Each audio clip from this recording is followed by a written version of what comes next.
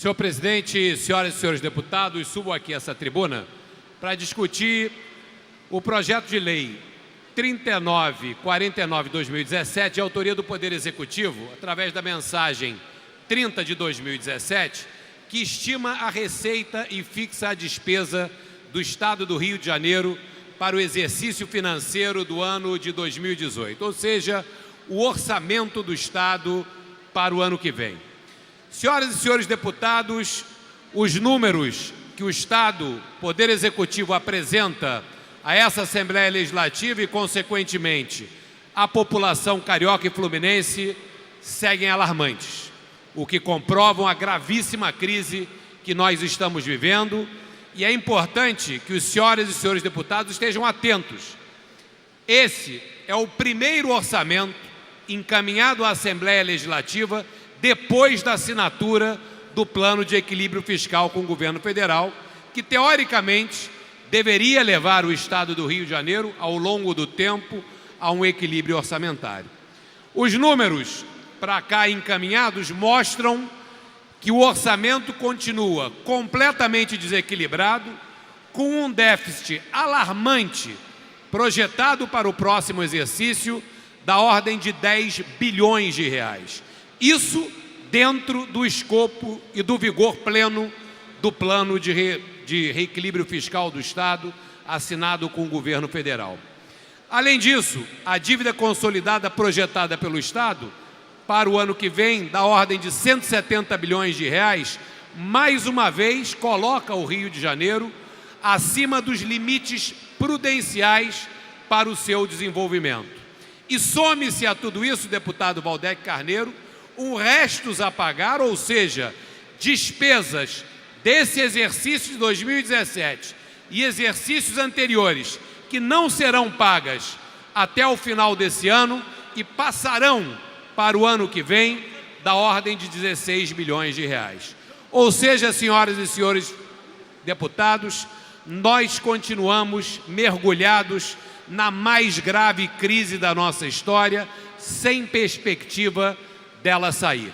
Apesar do governo do Estado ter querido fazer crer a esse parlamento que, com a aprovação das medidas duras propostas no ajuste fiscal e da assinatura do convênio e do acordo com a União, nós teríamos um ano de 2018 já tendendo ao equilíbrio. Isso não irá acontecer e a peça orçamentária coloca isso de maneira absolutamente clara. Por isso, senhoras e senhores deputados, na discussão desse orçamento, nós teremos que ser extremamente criteriosos. Nós temos gravíssimos déficits em áreas sensíveis e obrigatórias de prestação de serviço público por conta do Estado. A área de educação, a projeção do orçamento não liquida o déficit operacional da educação pública e projeta, cidadão carioca e fluminense, mais um ano de penúria para as nossas universidades estaduais, para a FAETEC, para a FAPERJ. Servidores da FAETEC que estão aqui presentes têm que ter a consciência que o governo colocou por escrito que mais um ano de penúria esse Estado terá que atravessar, pois o orçamento será insuficiente para fazer frente às mais mínimas despesas dessa área. A mesma questão, deputada enfermeira Rejane, pode-se observar na saúde, com um insuficiente recurso destinado à manutenção dos hospitais estaduais e também das unidades de pronto atendimento. E na área de segurança pública, nós certamente não encontraremos um caminho, deputada Marta Rocha, que preside a nossa Comissão de Segurança Pública, para recuperar a estrutura e a capacidade operacional da Polícia Civil e da Polícia Militar. Isso significa que o Estado do Rio de Janeiro, por essa proposta orçamentária, seguirá vivendo uma terrível escalada da violência que desassossega a nossa população e que traz gravíssimos efeitos para a retomada do nosso crescimento econômico. Ninguém quer investir no Rio de Janeiro.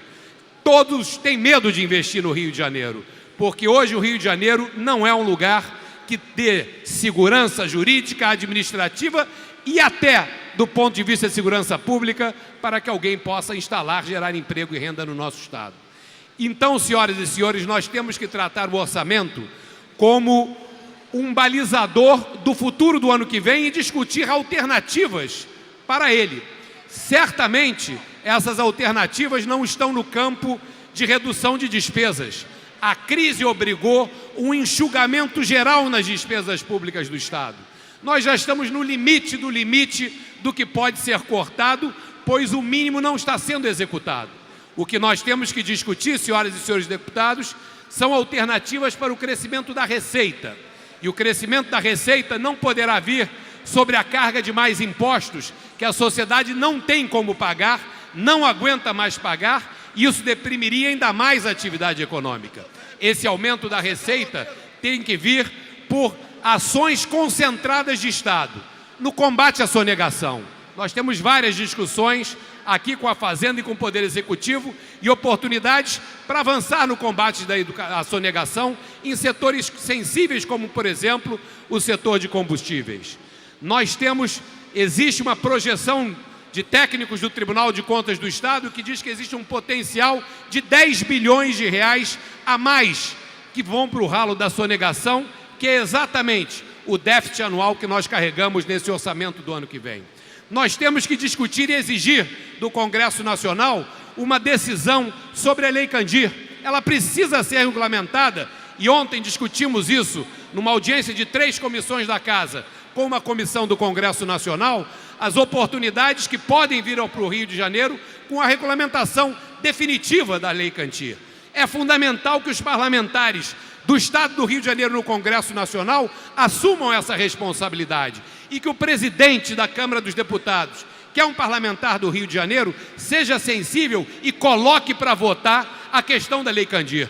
Não adianta ele chorar abraçado do governador do Estado pela assinatura do acordo fiscal com o Estado do Rio de Janeiro, que não resolveu a crise. Seria mais produtivo que ele colocasse para votar o acordo da Lei Candir, fechasse a Lei Candir. São 61 bilhões de reais, deputado Wagner Montes, que estão em cima da mesa, que a União deve ao Rio de Janeiro, que cresce 4 bilhões ano.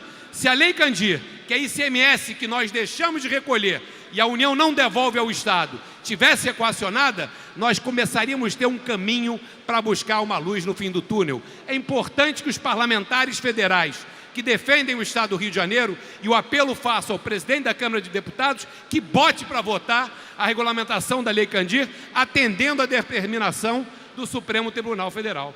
E, senhoras e senhores deputados, ainda no campo da receita, nós temos que discutir e acabar com essa novela dos royalties do petróleo. O Rio de Janeiro segue recebendo menos royalties do que é de direito. Isso precisa ser resolvido, impacta diretamente na nossa receita. E acabar com a novela da dívida ativa.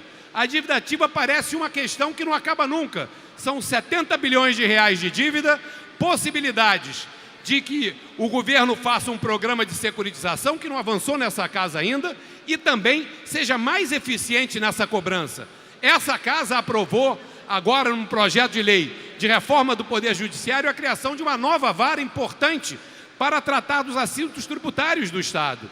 Então, senhoras e senhores deputados, o que eu digo, a nossa posição ao avaliação preliminar do orçamento e o início dessa discussão é: a peça orçamentária para cá enviada precisa ser emendada e discutida e debatida por todos nós deputados. Do jeito que ela está, ela não pode ser aprovada, porque ela agrava e perpetua um déficit de 10 bilhões de reais. E o caminho para desatar esse nó está no crescimento das despesas, e esse crescimento da receita, e o crescimento da receita pode vir com combate mais eficiente à sonegação, com a justiça na cobrança dos royalties do petróleo, com o ajuste da Lei Candir e também com a solução da dívida ativa e a volta do crescimento econômico do Estado do Rio de Janeiro.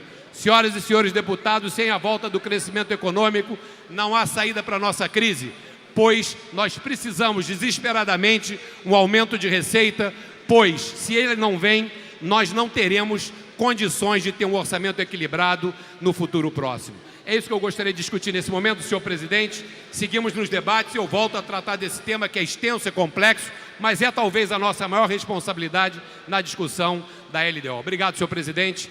Era isso para o momento.